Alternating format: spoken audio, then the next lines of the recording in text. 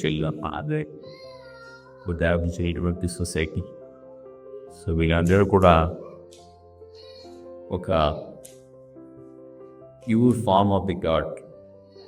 వాళ్ళని చూస్తేనే మనకి గర్భమవుతూ, వాళ్ళ చూడనాలి, వాళ్ళ ఎక్స్ప్రెషన్స్ చూస్తేనే మనకి గర్భం. Pure form of the God.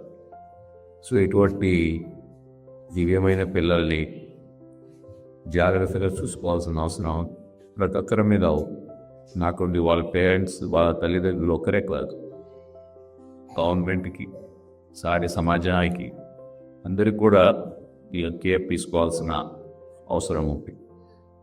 ఈరోజు మనం ఏదైతే 10 స్కూల్స్ ఉన్నాయో 28 మండలాల్లో పెట్టి ఈ పిల్లలకు కావాల్సిన స్పెషల్ లెగ్స్, అంటే వీళ్ళని మిగతా పిల్లలను పోల్చడం చాలా తప్పు.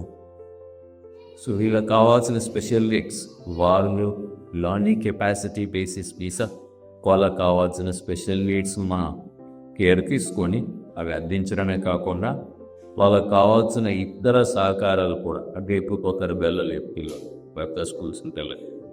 సో అటువంటి వాటి సర్వీస్ అందించడం, ఇవన్నీ చేయాల్సిన అవసరం ఒక బాధ్యత. బిహేవ్ చేస్తున్నట్టు కాదు, ఇది మనందరికీ కూడా ఒక బాధ్యత.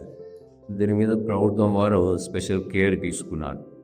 సో ఏదైతే అకాడమిక్ ఇయర్ స్టార్టింగ్లోనే ఈ కిట్స్ అన్ని అందించాలి, స్టార్ట్ కాకముందే ఈ కిట్స్ అన్ని అందించాలి, వాళ్ళకి చేరాలి, వాళ్ళకి సర్వీసెస్ ఇవ్వాలి.